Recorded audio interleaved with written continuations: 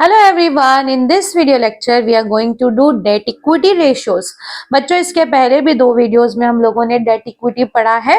From question number 37 to question number 46 we have completed.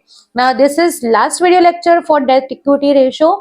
इसके बाद हमारा डेट इक्विटी टीएस गरेवाल के हिसाब से कंप्लीट हो जाएगा। ठीक है, तो ये हमारा लेक्चर है जिसके अंदर हम लोग क्वेश्चन नंबर 47 से क्वेश्चन नंबर 50 तक करेंगे, मतलब टोटल 4 क्वेश्चन करने वाले हैं और यहाँ पे हमारा डेट टू इक्विटी टॉपिक भी कंप्लीट हो जाएगा। ठीक है, सो अभी हम करेंगे क्वेश्चन नंबर 47।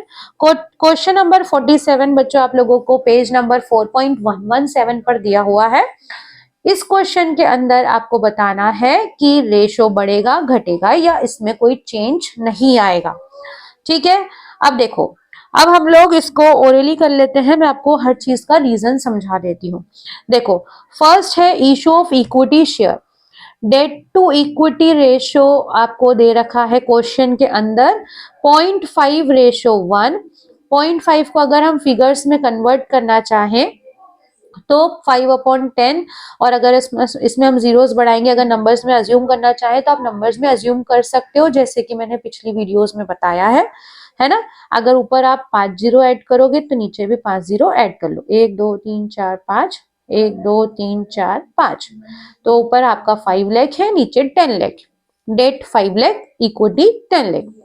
ठीक है, अब आपको फर्स्ट कंडीशन दे रखी है जिसमें इन्होंने बोला है इक्विटी शेयर को इशू करा है।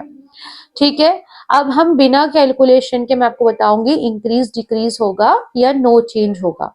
ठीक है, देखो, इक्विटी शेयर्स इशू करे हैं मतलब कि इक्विटी बढ़ गई है। अब जब भी बच्चों डिनोमिनेटर बढ़ता है तो रेशो क्या होगा, कम हो जाएगा, है ना, क्योंकि डिनोमिनेटर डिवाइड करने वाली जो नंबर है अगर वो बढ़ जाएगा तो डिवाइड ऑब्वियसली और छोटा नंबर आएगा। तो रेशो फर्स्ट कंडीशन में क्या होगा, डिक्रीज होगा।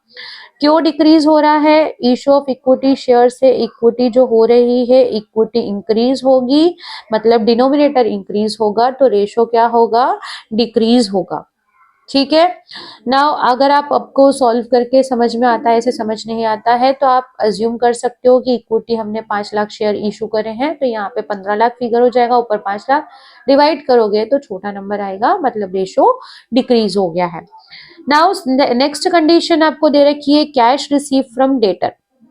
डेटर से पैसा मिला है, कैश आया है और डेटर कम हुए हैं।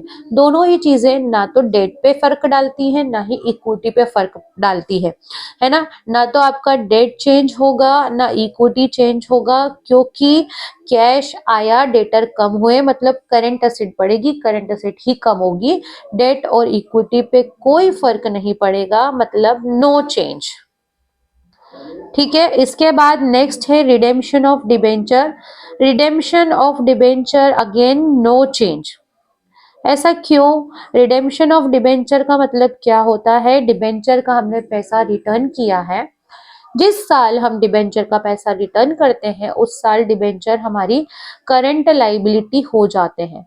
तो करंट लाइबिलिटी का फर्क ना तो डेट पे पड़ेगा ना इक्विटी पे पड़ेगा, इसीलिए रेशो में कोई फर्क नहीं आएगा, ratio will not change.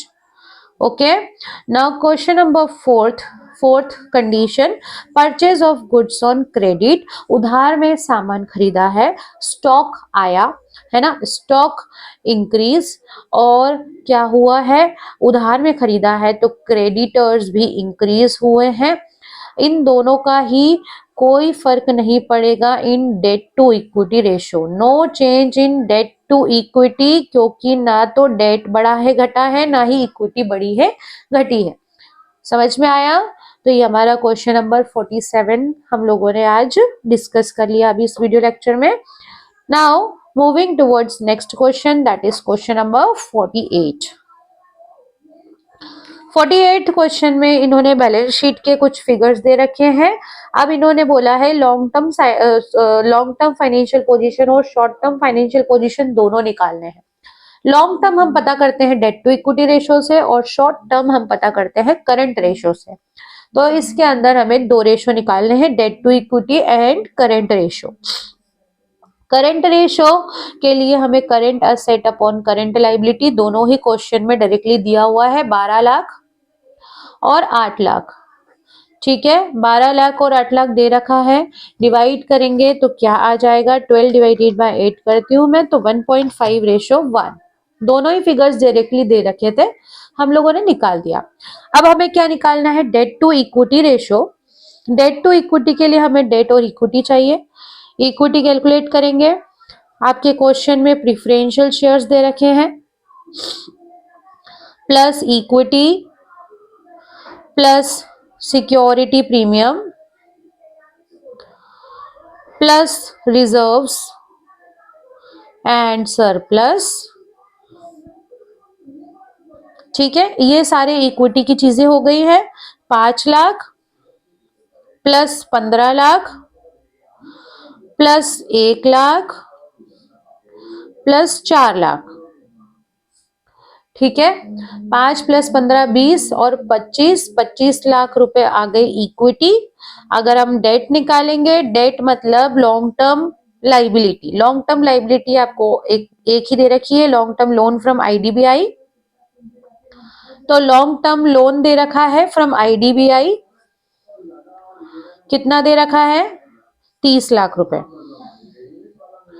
ठीक है, अब डेट टू इक्विटी निकाल लेते हैं। डेट अपॉन इक्विटी,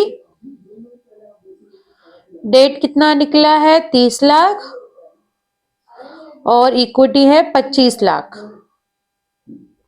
ठीक है, 30 डिवाइडेड बाय 25 कर लेते हैं, हमारा रेशो आ जाएगा 30 डिवाइडेड बाय 25 करेंगे 1.25। ओके,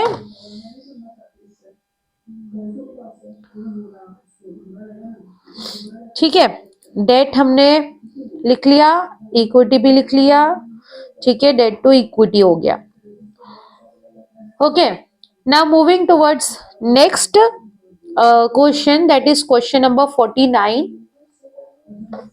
49th क्वेश्चन में अगेन हमें इंक्रीज डिक्रीज बताना है। ठीक है, इसको भी हम ओरली डिस्कस करेंगे।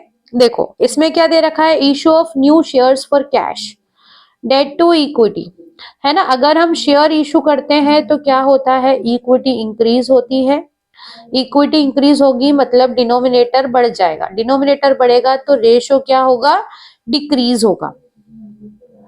ठीक है, फर्स्ट कंडीशन में रेशो डिक्रीज हो रहा है। सेकंड में डिबेंचर को इक्विटी शेयर में कन्वर्ट कर रहे हैं, डिबेंचर को इक्विटी शेयर में कन्वर्ट कर रहे हैं तो इक्विटी शेयर बढ़ रहे हैं, मतलब अगेन इक्विटी इंक्रीज हो रही है। और कन्वर्टिबल डिबेंचर को अगर हम शेयर में कन्वर्ट कर रहे हैं, ऑब्वियसली कन्वर्टिबल को ही कन्वर्ट करेंगे तो वो करंट लाइबिलिटी होता है, लॉन्ग टर्म नहीं होता है। तो यहाँ पे डेट पे कोई फर्क नहीं पड़ेगा, डेट पे कोई फर्क नहीं पड़ेगा, नो इफेक्ट ऑन डेट, है ना। लेकिन इक्विटी इंक्रीज होगी मतलब डिनोमिनेटर बढ़ जाएगा तो रेशो क्या होगा, डिक्रीज होगा।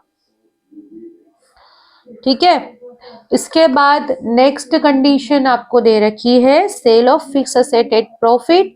अगर प्रॉफिट में आप कोई एसेट बेचते हो तो इक्विटी क्या होती है, इंक्रीज होती है, मतलब रेशो क्या होगा, डिक्रीज होगा। फोर्थ कंडीशन में आपने परचेज ऑफ फिक्स एसेट है on long term deferred payment basis. Long term deferred payment मतलब आपका डेट बढ़ जाएगा, डेट बढ़ गया मतलब न्यूमरेटर इंक्रीज होगा और डिनोमिनेटर पे कोई फर्क नहीं आया मतलब रेशो क्या हो जाएगा, इंक्रीज होगा। अगर आपका न्यूमरेटर बढ़ जाएगा तो रेशो क्या होगा, इंक्रीज होगा, डिनोमिनेटर बढ़ता है तो रेशो डिक्रीज होता है।